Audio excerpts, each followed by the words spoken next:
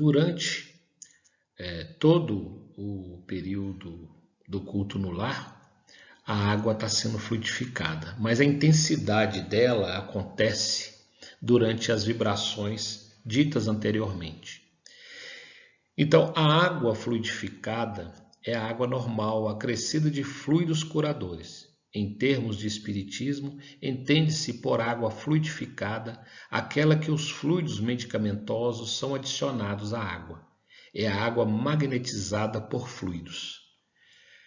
Eu vou explicar também mais à frente, mas eu acho que é tranquilo ao nosso entendimento a forma com que essa água vem, ela é fluidificada, ela é tratada.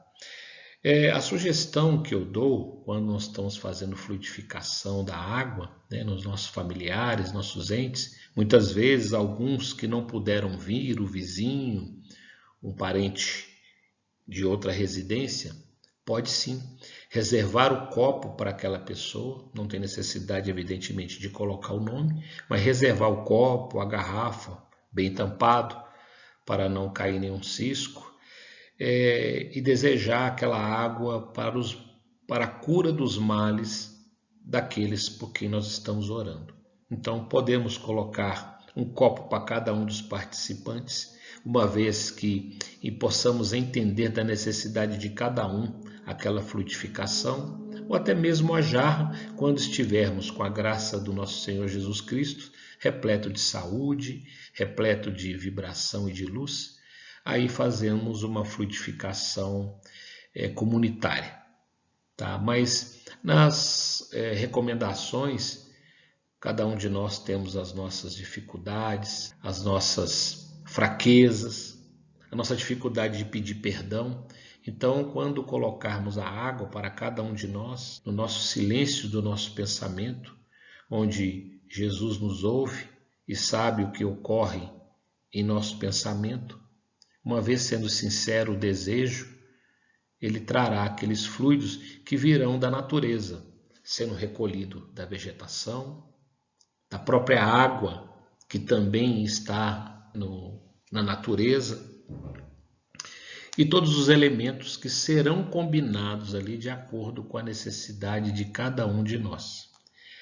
Houve-se relatos de mudança sutil do gosto da água, um sentimento de água mais leve, um sentimento de água adocicada, um sentimento de água com gosto de água de filtro de barro, por exemplo.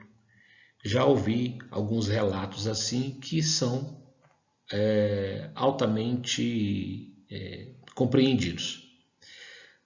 Se uma outra pessoa beber, ela não vai sentir gosto algum, mas quem a bebe, para quem foi feita, ela tem um gosto específico.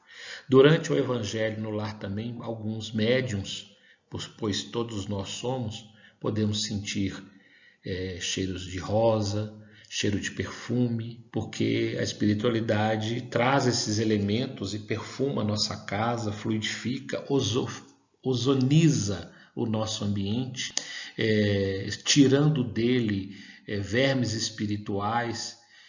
Não se preocupem, é como se tivesse um ozonizador que nós temos aí para tirar as partículas que possam atrapalhar nossa respiração, né? Os ácaros. Nós também tem no plano espiritual esses equipamentos que higienizam a nossa casa. Então, é sim possível, de acordo com a capacidade mediúnica dos participantes, em algum momento, não sempre, sentir aí um perfume, ou até mesmo, como eu citei, mudança do paladar no gosto da água. Explicando mais detalhadamente, aí colocamos a pergunta: quem faz a fluidificação da água?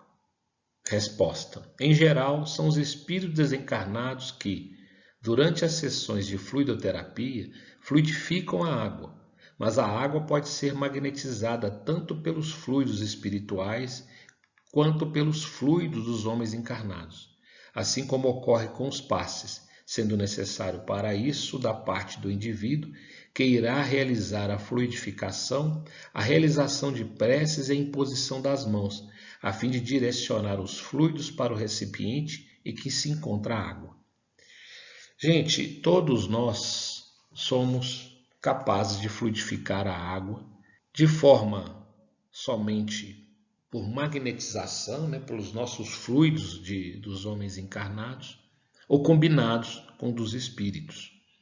Para tanto, precisamos de ter uma elevação moral para que tenhamos e para que possamos ser dignos de fluidificar uma água a fim de poder trazer a cura a um irmão na qual oramos por ele.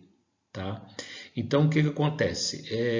A imposição das mãos ela se faz mais necessário por uma questão de necessidade de direcionamento do nosso sentido.